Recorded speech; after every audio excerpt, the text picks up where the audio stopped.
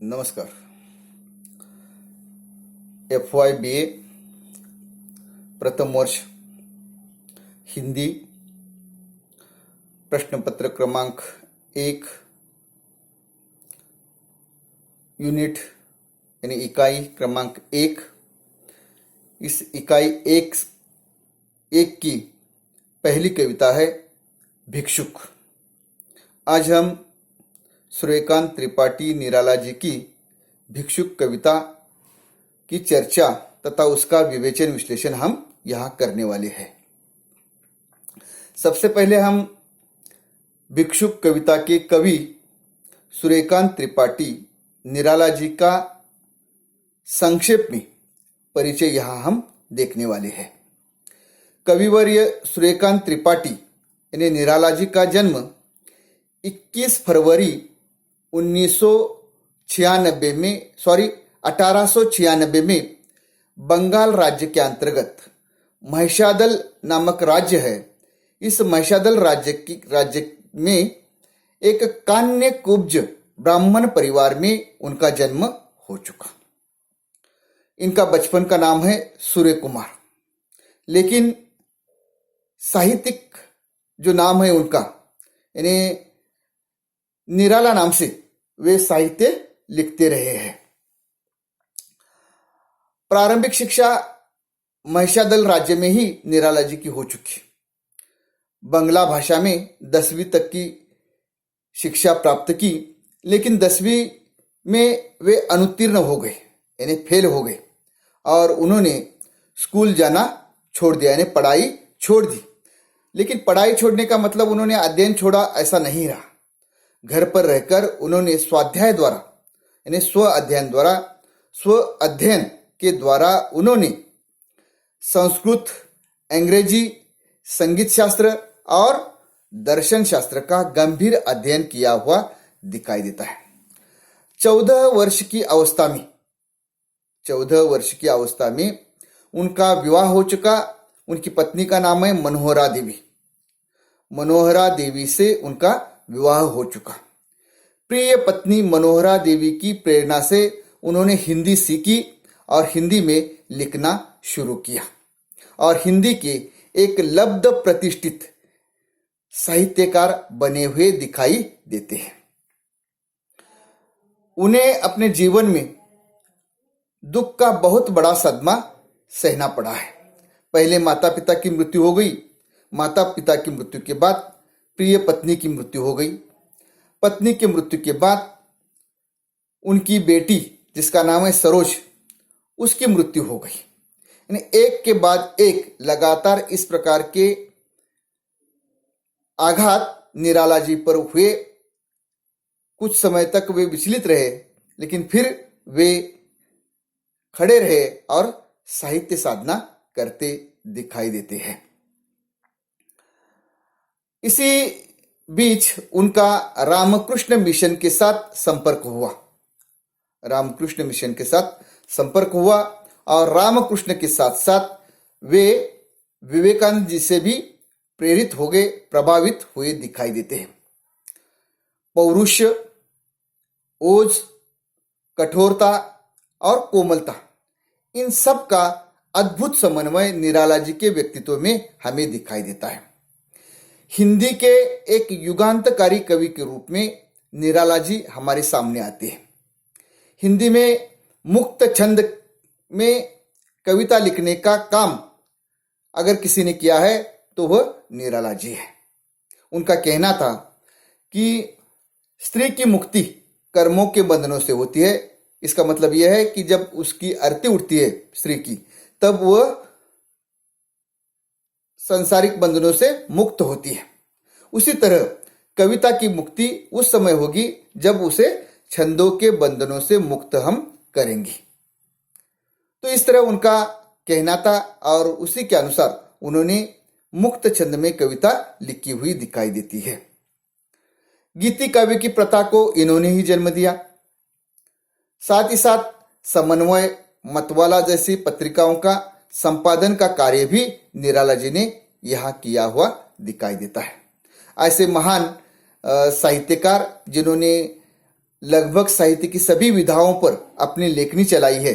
ऐसे महान साहित्यकार की मृत्यु सन 1961 में हुई दिखाई देती है। अब हम उनका साहित्यिक परिचय देखेंगे।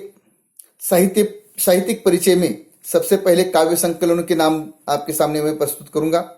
उनका काव्य संकलन जो है वो इस प्रकार है: अनामिका, परिमल, गीतिका, तुलसीदास, कुकुरमुत्ता, अनीता, नए पत्ते, बेला, अर्चना, अपरा, सांध्य काकली, परिमल, सांध्य काकली, आराधना, गीत गुंज, कविश्री और सरोज स्मृति आदि उनके कविता संकलन हमारे सामने आते हैं।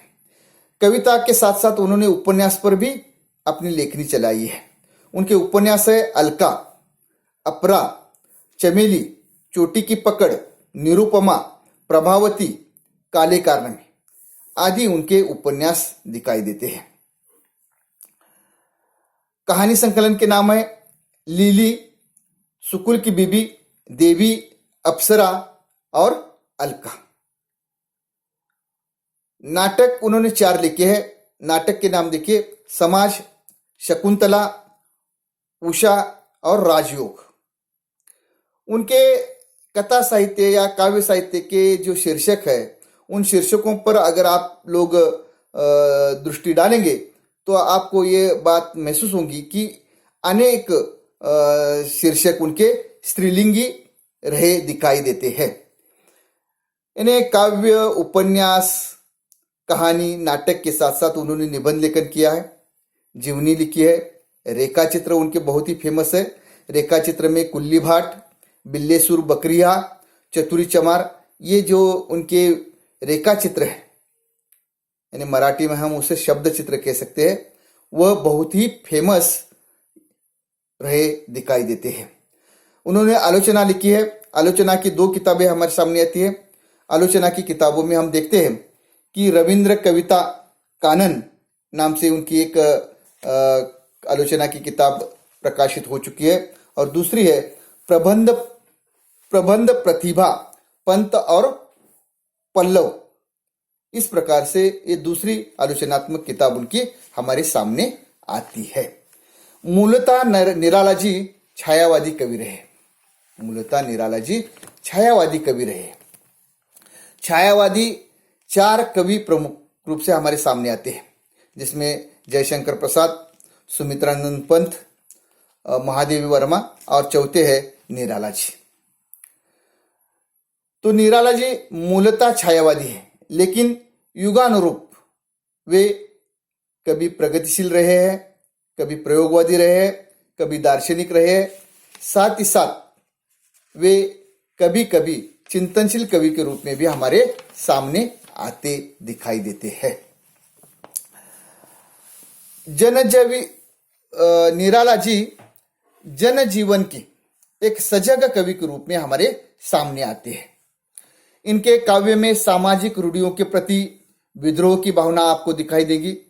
सामाजिक विषमता, शोषण आदि के प्रति उन्होंने अपने काव्य के माध्यम से व्यंग्य का प्रहार किया हुआ दिखाई देता है। निराला जी ने हिंदी कविता को एक नई दिशा दी है, नई गति दी है और नई गरिमा प्रदान करने का काम निराला जी ने अपने साहित्य के माध्यम से किया हुआ दिखाई देता है। महाकवि निराला ऐसे कवि है जिनमें मानवता के समस्त गुणों का दर्शन आप लोगों को हो जाएगा। काव्य में आम जनता के प्रति उनकी अपार ऐसी सहानुभूति दिखाई देती है। आज जो हम उनकी कविता पढ़ने वाले हैं, उसका विवेचन विश्लेषण करने वाले, उसका नाम है भिक्षुक। यानी भिक्षुक निराला जी की कविता है। इस कविता के माध्यम से कवि ने एक भिखारी और उसके 2 बच्चों की दयनीय अवस्था का चित्रण प्रस्तुत कविता के माध्यम से हमारे सामने प्रस्तुत किया हुआ दिखाई देता है। इस कविता में चित्रित जो भिखारी है, उस भिखारी की पीठ और पेट भूख के कारण एक है। वह अपनी भूख मिटाने के लिए भीख मांगता है। कूड़े पर फेंकी हुई झूठी पत्तल जो है उसको चाटता है और एक और ये जूटी पत्तल पर बचा हुआ अन्न खाने के लिए संघर्ष कर रहे हैं, तो दूसरी ओर कुत्ते भी उस जूटी पत्तल पर बचा हुआ अन्न झपट देने के लिए अड़े हुए दिखाई देते हैं। भिक्षुक की यह दयनीय अवस्था देखकर कवि भिक्षुक के प्रति अपने हृदय की सहानुभूति का अमृत भिक्षुक को देकर उसे अभिमन्यु जैसा बलवान बनाना चाहते हैं। जैसे वीर अभिमन्यु अपने शत्रुओं के साथ अकेला लड़ा था, उस तरह भिक्षुक तथा भिक्षुक के बच्चे जो शोषक है इस समाज में, उन शोषकों के साथ लड़ने की शक्ति प्राप्त करे, इस प्रकार की भावना इस कविता के माध्यम से कविवर सूर्यकांत त्रिपाठी जी व्यक्त करते हुए दिखाई देते हैं।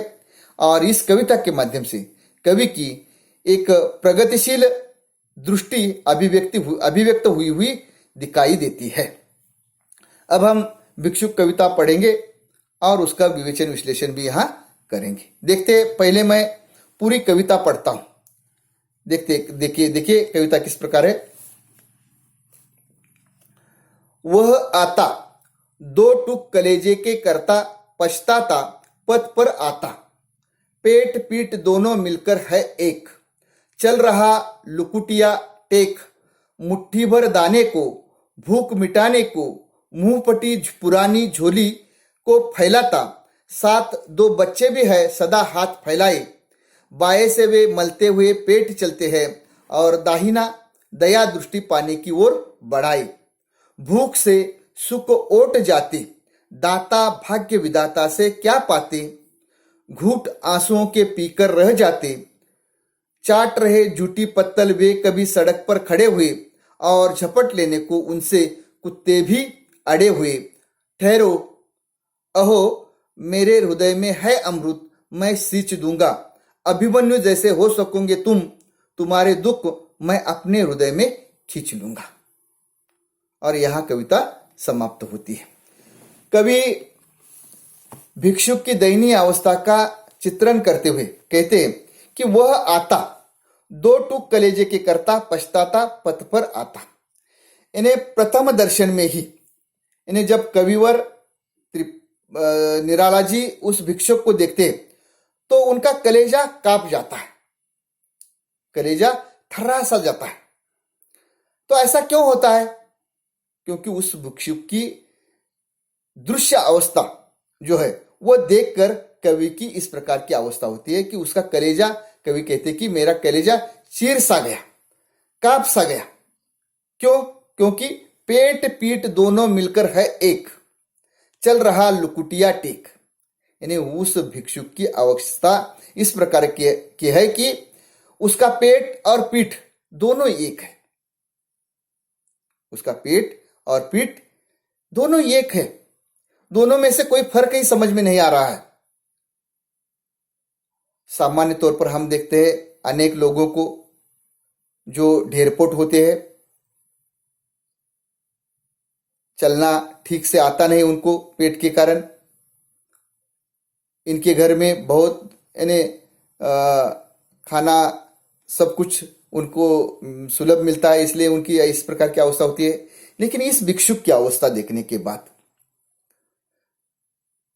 कवि कहते कि उसकी पीठ और पेट दोनों एक है, कोई फर्क नहीं है, और वह एक लाठी के सहारे, लाठी हम कह नहीं सकते, लुकुटिया कहा है कविवर ने यहां, लेकिन वह लुकुटिया टेक कर वह उसके सहारे चल रहा है।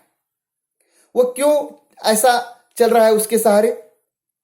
क्योंकि उसके पास चलने के लिए, खड़ा रहने के लिए वो शक्ति उसके पास नहीं है, इसलिए उसने वह लुकुटिया हाथ में ली है और वह आगे बढ़ रहा है। मुट्ठी भर दाने को भूख मिटाने को, मुंह पटी पुरानी झोली को फैलाता। यानी वह अपनी भूख मिटाने के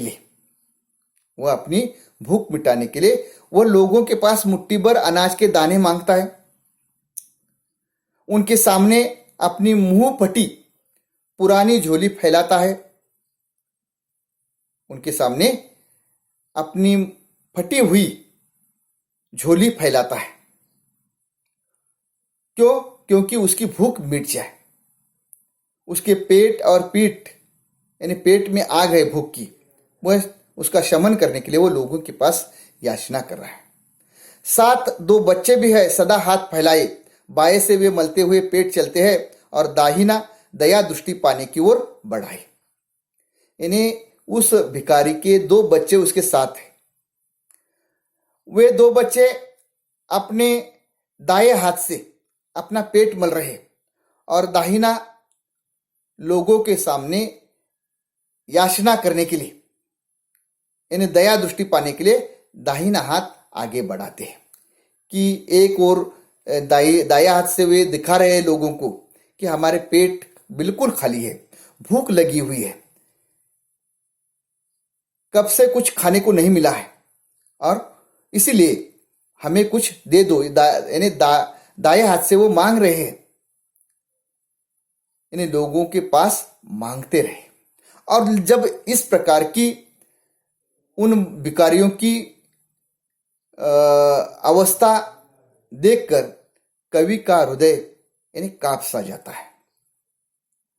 आगे कवि लिखते हैं, भूख से सुख ओट जाते, दाता भाग्य विदाता से क्या पाते। भूख से सुख ओट जाते, दाता भाग्य विदाता से क्या पाते। इन्हें भूख तो लगी है और भूख के कारण ओट सूख गए, लेकिन दाता भाग्य विदाता से क्या पाते हैं, क्वेश्चन चिन्ह है। यहाँ कवि ने यहाँ क्वेश्चन चिन्ह लगाया। आप देखते होंगे या आपने उसका अनुभव किया होगा कि जब आपके द्वार पर कोई भिखारी आता है तो आप लोग क्या करते हैं, उनको भगाते हैं। जब वो भागते नहीं तब घर में जो लाठी होती है वो उठाते हैं और उनको भगाने का काम करते हैं। करते हैं या नहीं करते हैं। ऐसे वक्त उनकी अवस्था क्या होती होंगी, ऐसे वक्त उनकी अवस्था क्या होती होंगी। कवि लिखते हैं, घूट आंसुओं के पीकर रह जाते। यानी आंसुओं के घूट पीकर वे इन सब बातों को सहते हैं। पेट में कुछ नहीं है, ओट सूख गए हैं और दाता के पास कुछ मांग रहे हैं, लेकिन दाता उनको भगा रहा है, हाथ में लाठी लेकर उनको भगाता है। ऐसे समय उनकी जो दशा होती होगी वो आंसुओं के घूंट पीकर रह जाते हैं। उनकी इस दयनीय अवस्था को एक संवेदनशील निराला जैसा कवि ही चित्रित कर सकता है। इस भिक्षुक कविता में उन्होंने इस प्रकार की दयनीय अवस्था का चित्रण किया हुआ आप लोगों को दिखाई देगा। चाट रहे झूठी पत्तल वे कभी सड़क पर खड़े हुए और झपट लेने को उनसे कुत्ते भी अड़े हुए। आपने देखा होगा गांव में, जब गांव में किसी की शादी ब्याह होता है, शादी ब्याह होती है, तब बहुत बड़े भोज का आयोजन होता है और उस भोज में जो जूठी पत्तल होती है वह हम कहाँ फेंकते हैं, कूड़े पर फेंकते हैं। और कूड़े पर फेंके हुए उन पत्तलों में जो बचा हुआ जो अनाज होता है, अन्न होता है, उस अन्न को ये भिखारी इकट्ठा करते हैं खाने के लिए। यानी मनुष्य ने फेंकी हुई अपनी जूठी या जूठन, वह उस जूठन से अपनी पेट की आग बुझाते हैं। एक और वह भिखारी उस जूठी पत्तलों से बचा हुआ अन्न जो है इकट्ठा कर है, लेकिन दूसरी ओर कुत्ते अड़े हुए हैं। कुत्तों को इस प्रकार लगता है कि इन मानव के द्वारा फेंकी हुई जूठी पत्तलों पर मानव का अधिकार नहीं, तो किसका अधिकार है, इस पर हमारा यानी हम कुत्तों का अधिकार है, ऐसा कुत्तों को लगता है। और वे अड़े हुए हैं उस बचा हुआ अन्न झपटी मारकर खाने के लिए, वे अड़े हुए हैं। इस प्रकार का दृश्य आप लोगों ने देखा होगा गांव में। और एक और भिखारी उस जूठी पत्तलों से अन्न इकट्ठा कर कर अपनी भूख मिटा रहे, दूसरी ओर कुत्ते भी उन बचा हुआ अन्न जो है उसको खाने के लिए, छीना झपटी करने के लिए अड़े हुए यहां दिखाई देते हैं। और इस प्रकार का दृश्य देखने के बाद कविवर निराला जी आगे कहते हैं, ठहरो, अहो मेरे हृदय में है अमृत, मैं सींच दूंगा, अभिमन्यु जैसे हो सकोगे तुम, तुम्हारे दुख मैं अपने हृदय में खींच लूंगा। कवि कहते हैं कि ठहरो, मैं अपने हृदय की सहानुभूति का अमृत तुम्हें देकर तुम्हें अभिमन्यु जैसा बलवान बनाऊंगा।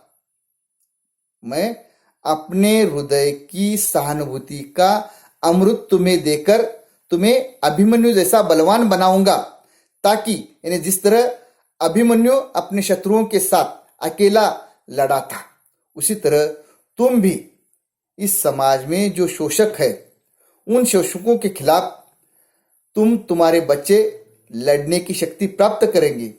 इस प्रकार का आशावाद कवि निराला जी यहाँ व्यक्त करते हुए दिखाई देते हैं। और यहाँ पर कवि की जो प्रगतिशील विचार दृष्टि है, वो विचार दृष्टि इस कविता के माध्यम से व्यक्त हुई दिखाई देती है।